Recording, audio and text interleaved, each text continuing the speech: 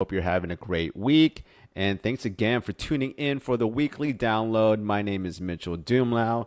And once again, I appreciate you being here and for watching. And just wanted to say thanks again for always supporting my channel and supporting the movement, the video creation movement. And this is, again, a weekly live stream where I talk about the things that I'm going through and experiences that I'm experiencing at the moment with my own video production company, so I can teach you a couple things or two that can help you either enhance your career in video production or build your video business. And so today we're going to talk about how to work remotely as an editor and the best practices, because I've been dealing with a lot of problems lately when it comes to working with editors and then dealing with drives being shipped and footage and project files not being updated on the server and clients asking for footage and projects and exports from 2 years ago or from a year ago, and an editor didn't ever upload it to the server, so we have to track it down. So long story short, there's a lot of things that you got to know as an editor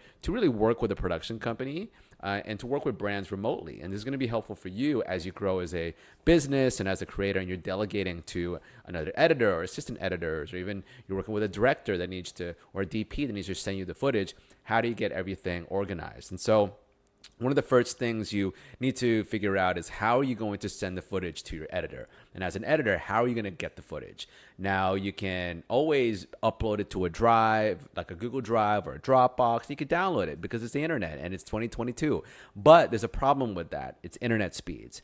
And so what I've learned is that if you have a project that's over 2 terabytes, that's going to take you a couple days to download, if not also upload.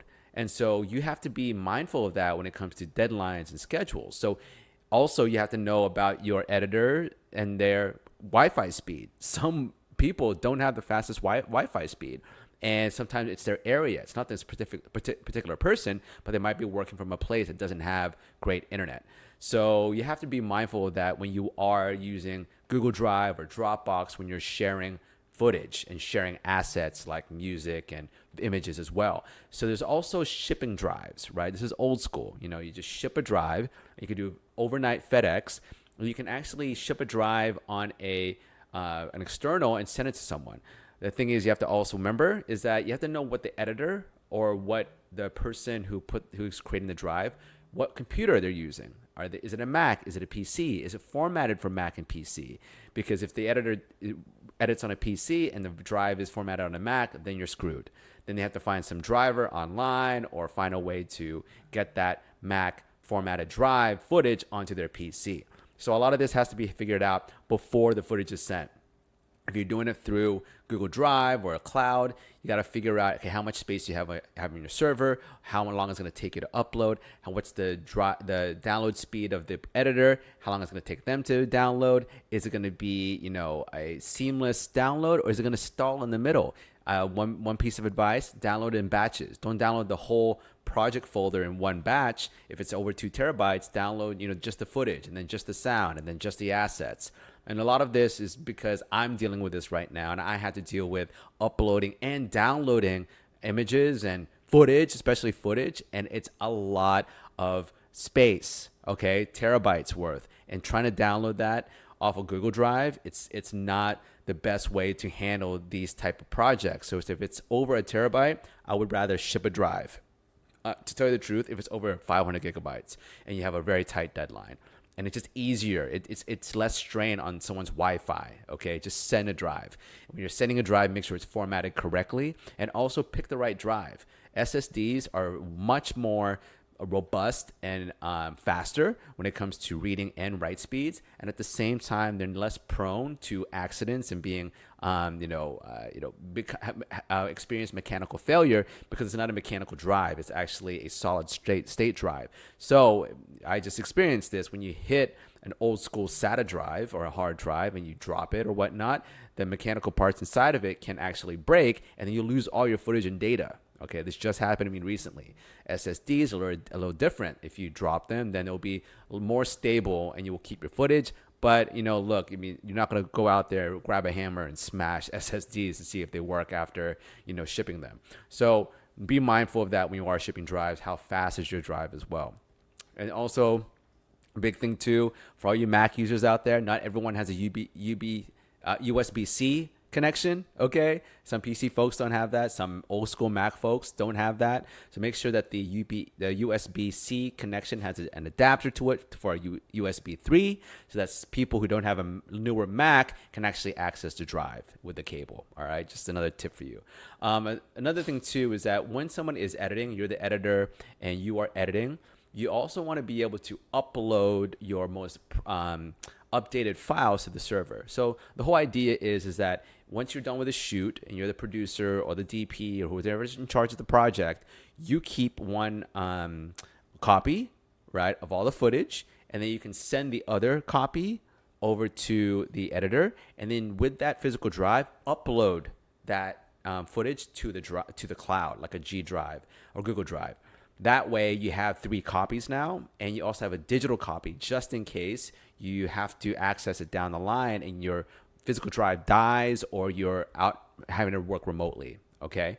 So when you are working with the cloud and you have a remote editor, you have to make sure that the editor is also updating the cloud or the G Drive or the Dropbox with the most updated project files and the most updated logos, assets, music. So down the line, when you need to access that folder again, then you have all the assets that you need to sync up the Premiere file or the Final Cut file.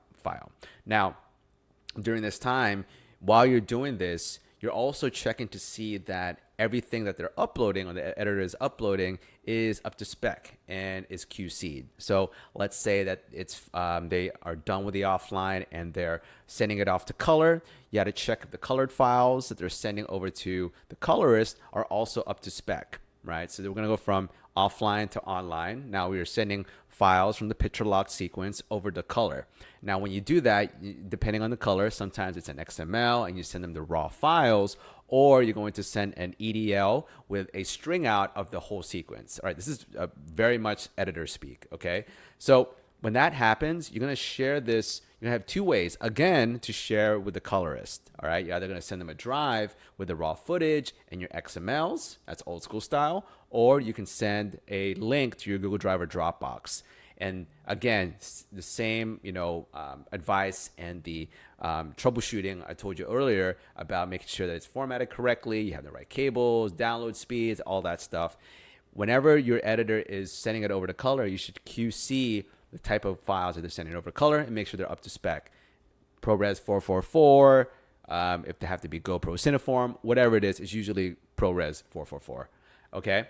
And so during this whole time, when you're updating the drive and you're updating all these files, let's say you go into VFX, you need to make sure that you're labeling things correctly. Now I have a whole folder that I use that I've already pre-labeled that I just upload to Google Drive and also to my hard drive so that you can just plug and play and throw in the different types of assets. So sources within source, like the way that you label your folders, right? Like you have your sources, you have your program files, you have your exports, and then you have your miscellaneous. Within sources, you have video, you have audio, you have color, you have VFX, you have a bunch of the sources that you use for your edit. And then within video, you have the raw footage, you have stock footage, you have the proxies. And why this is important is that you want to be able to have a very consistent organizational style and labeling so that down the line, you know where to find certain shots. So if 1 year ago, you need to recreate a new cut of a spot that you edited or someone else edited, you can go into that project folder, and then you can look at the sources, you can look at the from color folder, and you can find all the colored files that already have been colored, and then you can re-edit now your whole sequence. And also, it's very important because this also leads to how the assets link to the Premiere project file. All right, I know this is very complicated for all the people out there who haven't experienced this, but this is what I'm going through, and this is something that's going to really help you out when you're dealing with a complex projects with remote editors and production companies and clients. Okay. Now, during this time when you are labeling, you got to figure out how you're going to label your actual files. You're labeling your folders and you're labeling your actual files. All right, you don't want to have some random numbers and then MOV for your colored files, because then what if you need to search for those color files? So have some sort of naming convention. Maybe it's the name of the client, name of the project, name of the how long is, what's the total runtime, and then what's the what type of shot is this? Is it a VFX, color, and then the shot number? Okay, so maybe it's like, Lumix, free lifestyle video, 30-second, and then VFX, for VFX, shot 01. Okay, however you want to do it, right? That's just something that we do. Okay. From that point on, keep that naming convention, because then now your folders and your files are going to be organized correctly, so it's easier for you to find these files. Okay, this is going to save you from a lot of headache, because if you've got multiple people in VFX working on stuff, from a compositor, a matte painter, people who do cleanup, as well as rotoscoping, and then you have CGI, and you're all working from the same shots that have been exported from the Premiere file, then you had to make sure everybody understands how to label things coming back so it doesn't look like a jumbled mess. Okay, so make sure that you label things correctly, and you tell people and your vendors how to label them, or when they send it back, you have to label them, either as the producer or the production company or as the editor. Okay, and then from there, honestly, like as long as you know everything is labeled and everything is great, you have to start updating everything. At the end of a project, just make sure that you collect all the files and make sure that things will link up to the Premiere project file when somebody needs to download that file in the future. Okay, so if you're the editor, make sure that all the assets that you've used are in the project folder on the hard drive, and also on the cloud or the G drive or the Dropbox. So in the future, you or somebody else who downloads that Premiere file and downloads that project folder can link up and sync all the images and all the music and all the footage, so that it doesn't have to be this long search for footage. Everything syncs up right away and correctly and properly, right? And so by doing that, you have to just make sure that you have all the assets and footage and audio that you have and you've been using your project inside the folder that you're saving all of your files in. Okay, so that's a breakdown of kind of like the best practices for organizing and dealing with remote editors. And other thing too is that when you are a remote editor and you are working with a production company, just make sure that you get things turned around within a day. 2 cuts a day if they're simple edits, 1 day if it's like a longer note. If it's an offline edit, then maybe 2 days or 3 days after the shoot. And just try to be very, very communicative of if there are any problems with the edit, if it's going to take longer, because then it's really good for the production company and producer to know how to talk to the client about when things are going to be delivered. And also, as a remote editor, just make sure that you are up during the times, or you're working during the times of your client or your production company. So if you're one of those night owls, just be aware that people are going to contact you from 10 to 6 in the morning and afternoon. Okay. Another thing too, be on Slack, be on Messenger, whatever the production company uses, to be always available when we need to ask you questions. And at the same time, use frame.io for a great platform to give notes, so that you know exactly what to change when it comes to client notes and revisions. And the last thing too, as a remote editor, like, be really mindful about your computer speed, and if you've got the system to handle the edits. Okay, I know people who have said yes to projects and they've seen the whole project, they try to put it together and their computer can't handle it and they have to buy a new computer. Okay, so just check your hardware, make sure that you can take on projects, big projects, and that you actually have what you need to get everything exported and rendered quickly and efficiently, and also in high quality. All right, hopefully this was helpful and you learned something today.